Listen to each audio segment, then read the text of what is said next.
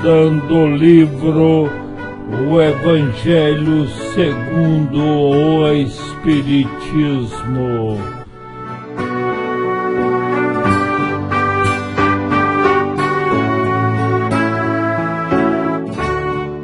Estudaremos agora o capítulo 4 de O Evangelho segundo o Espiritismo, cujo título é Ninguém pode ver o reino de Deus se não nascer de novo. Inicialmente vamos ver a relação que tem o capítulo anterior, capítulo 3, e o capítulo posterior, capítulo 5.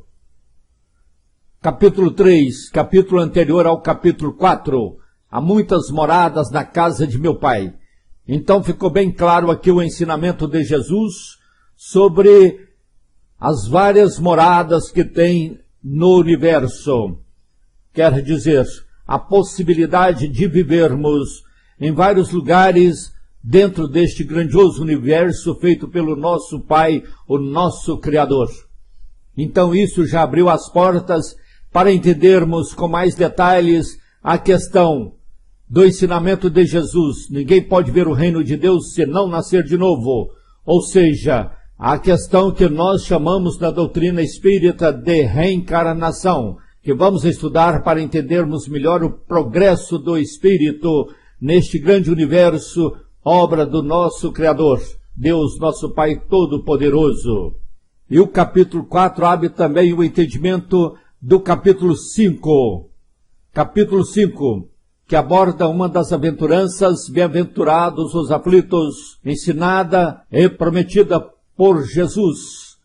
Claro que, para entendermos este estado de felicidade, esse estado de esperança para as pessoas que vivem em vários tipos de aflições, em vários tipos de problemas que nós vamos ver neste capítulo, necessariamente é preciso que entendamos a vida no processo evolutivo, a vida em mundos melhores, a pureza de espírito que vamos conseguindo através da reencarnação que é abordada no capítulo 4. E continuando com o capítulo 4, ninguém pode ver o reino de Deus se não nascer de novo. Veremos agora um resumo da estrutura didática desse capítulo. Como já vimos em nossos estudos do Evangelho segundo o Espiritismo, cada capítulo é começado com um ensinamento de Jesus que nós podemos encontrar na Bíblia. E nós vamos ver aqui hoje este ensinamento aqui, ninguém pode ver o reino de Deus se não nascer de novo. É um ensinamento do Cristo que nós podemos ver em várias passagens contidas na Bíblia. Depois nós teremos o comentário desse ensinamento do Cristo por Allan Kardec em dois textos. O primeiro texto de Allan Kardec, Ressurreição e Reencarnação. Depois teremos um outro texto também de Allan Kardec falando, os laços de família são fortalecidos pela reencarnação e rompidos pela unicidade de existência. Depois ainda nós veremos as instruções dos Espíritos. Neste capítulo nós temos a instrução dada pelo Espírito de São Luís em dois textos, limites da encarnação e a necessidade da encarnação. Então vamos lá, em primeiro lugar, estudando os ensinamentos de Jesus. Reencarnação no Novo Testamento. No livro de Mateus, capítulo 16, versículo 13 a 17, no livro de Marcos, capítulo 8, versículo 27 a 30. Pergunta de Jesus aos discípulos. Quem dizem que eu sou? Os discípulos responderam, dizem uns que és João Batista, outros que Elias, outros que Jeremias, ou algum dos profetas. Pergunta dos discípulos a Jesus. Aí os discípulos que perguntaram a Jesus. Por que dizem os escribas ser preciso que volte Elias? Jesus lhes respondeu, Jesus respondeu aos discípulos, Eu vos declaro que Elias já veio e eles não o reconheceram. Os discípulos compreenderam que Jesus falava de João Batista, que foi Elias reencarnado. Analisaremos agora então os ensinos de Jesus que estão aqui no Evangelho segundo o Espiritismo, logo no início do capítulo 4, ou do quarto capítulo, que traz por título: Ninguém poderá ver o reino de Deus se não nascer de novo. Então este título, que traz o capítulo 4 do Evangelho segundo o Espiritismo, é baseado nos ensinamentos de Jesus e contidos na Bíblia, nos seguintes livros. No livro de Mateus, capítulo 16, versículo 3 a 17, quando Jesus pergunta aos seus discípulos: quem as pessoas acham quem eu sou? Os discípulos respondem dizendo que muitas pessoas pensam que Jesus é João Batista. Outras pessoas falam que Jesus é Elias, e tem outros ainda que dizem que Jesus é Jeremias, e outros dizem que Jesus é algum dos profetas. Nisso, Jesus perguntou aos próprios discípulos: e vocês, quem pensa que eu sou? Simão Pedro deu a resposta: você é o Cristo, o Filho de Deus vivo. Então, se fosse uma ideia errada, se não tivesse essa possibilidade de Jesus ser uma outra pessoa, Jesus teria cortado, então já teria mostrado para eles que aquilo seria impossível. E ele não fez isso. Ele só queria realmente saber quem ele era. Certo? Vamos ao ensino de Jesus. Item 1. E veio Jesus para os lados de Cesareia de Filipe e interrogou os seus discípulos, dizendo: quem diz os homens que é o Filho do Homem? E eles, os discípulos, responderam: uns dizem que é João Batista, mas outros dizem que é Elias, e outros dizem ainda que é Jeremias ou alguns dos profetas. Então disse-lhes Jesus: e vós, quem dizeis que eu sou? Respondendo, Simão Pedro disse: tu és o Cristo, Filho do Deus vivo.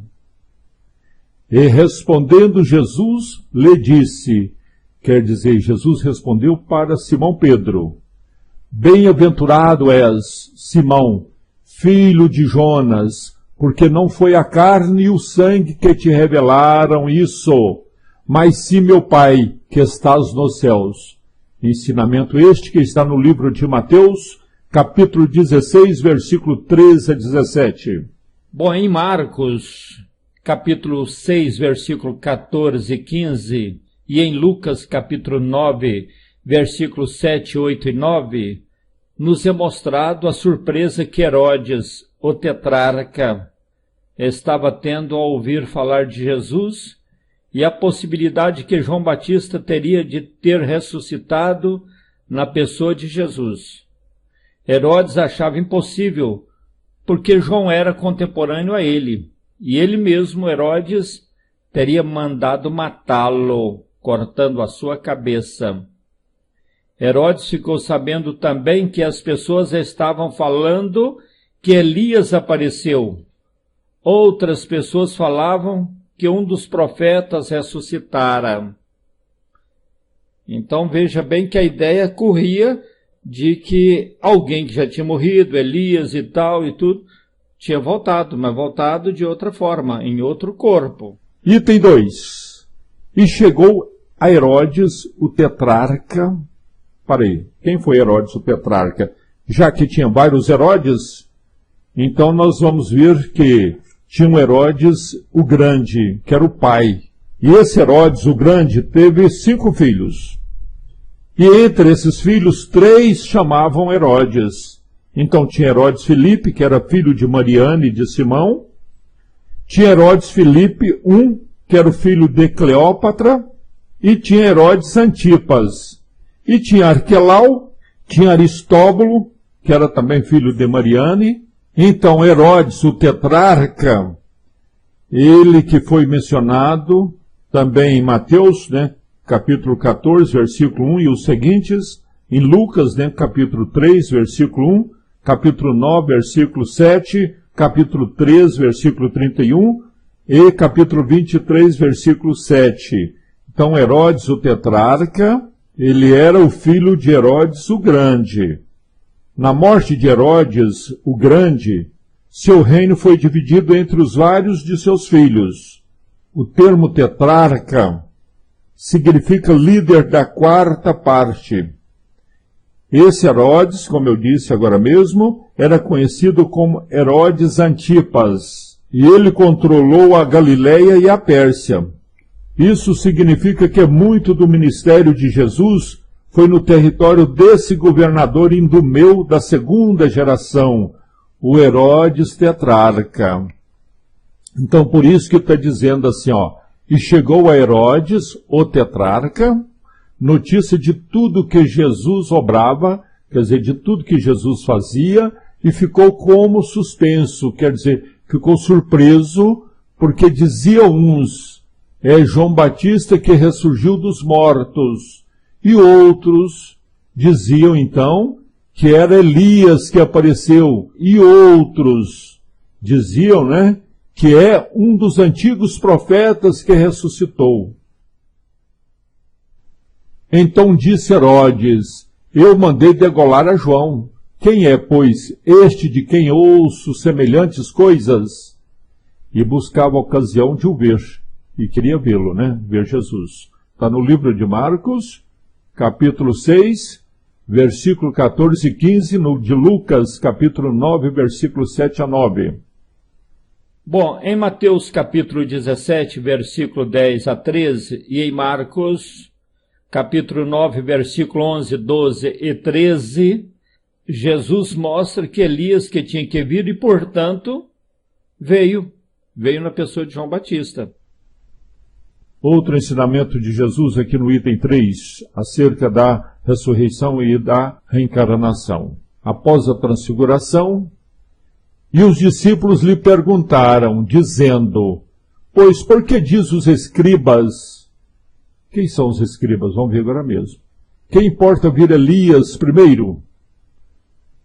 Do Evangelho, segundo o Espiritismo, logo ali na introdução, onde mostra notícias históricas, está dizendo que escribas é o nome dado no princípio aos secretários dos reis de Judá e a certos intendentes dos exércitos judeus. Mais tarde, esta designação, quer dizer, o nome de escribas, foi aplicada especialmente aos doutores que ensinavam a lei de Moisés e a interpretavam ao povo. Eles faziam causa comum com os fariseus, dos quais partilhavam os princípios e a antipatia contra os inovadores. Por isso, Jesus os confunde na mesma reprovação. Jesus, então, reprova os escribas por eles serem oposição às ideias inovadoras, consequentemente, aos ensinos de Jesus. Então, aqui está dizendo, repetindo, e os discípulos lhe perguntaram, dizendo, pois, por que dizem os escribas, os que eram opositores às ideias de Jesus, às inovações, que importa vir Elias primeiro? Mas ele, quer dizer, Jesus, respondendo, lhes disse aos discípulos, Elias certamente há de vir, e restabelecerá todas as coisas. Digo-vos, porém, que Elias já veio, e eles não o conheceram, antes fizeram dele quanto quiseram. Assim também o Filho do Homem há de padecer às suas mãos. Então compreenderam os discípulos que de João Batista é que ele lhes falaram.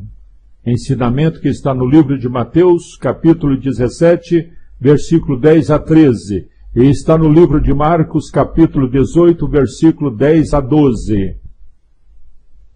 Existem pequenos detalhes que nos fazem compreender grandes coisas.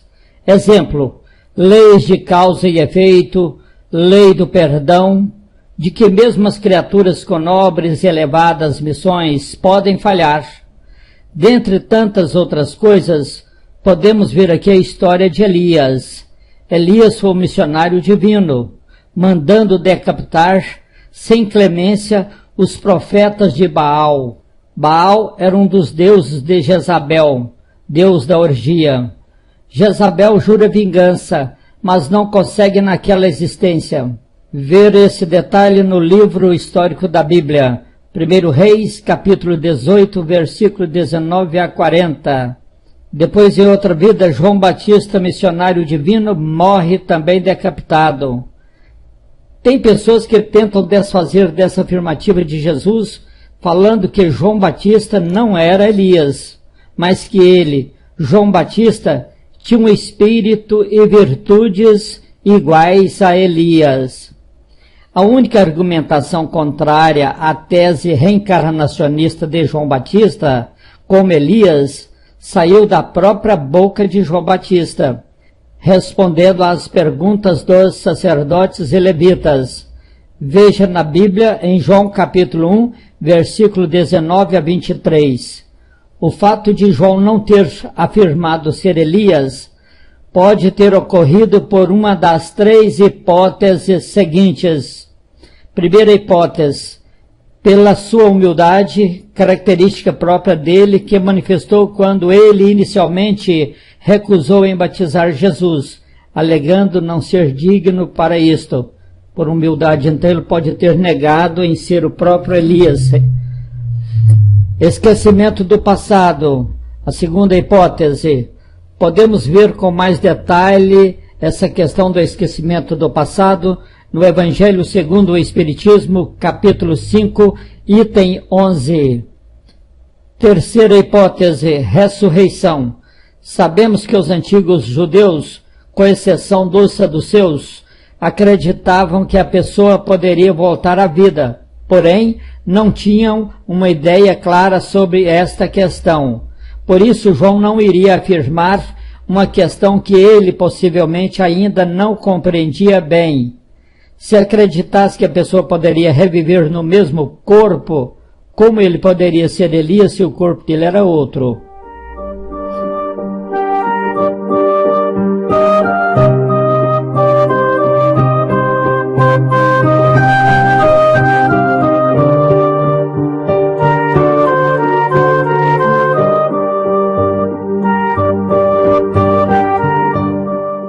É bom entendermos que estas informações bíblicas deixam claro aquilo que já era crença dos antigos judeus, que Allan Kardec vai comentar em seguida, vem comentar esse ensinamento de Jesus, mostrando então a crença que os judeus tinham na volta das pessoas à vida em outro corpo.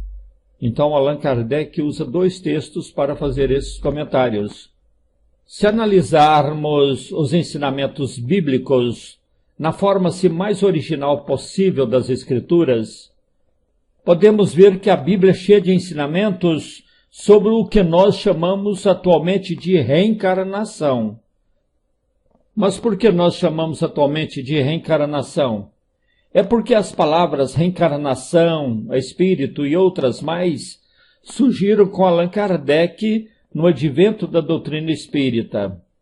Agora, sobre o estudo da Bíblia, de forma mais legítima, sem as chamadas traduções tendenciosas, é bom ler e ver vídeos como os de Severino Celestino, quando ele nos mostra as diferenças e divergências em mais de 20 traduções bíblicas em português. Queremos agradecer aos irmãos do Centro Espírita Fraternidade Allan Kardec, CEFAC, da cidade de Taguatinga, Distrito Federal, pelos materiais de estudo metódico da doutrina espírita que eles dispuseram na internet e dos quais nós estamos usando em nossos estudos das obras básicas e na montagem dos nossos vídeos.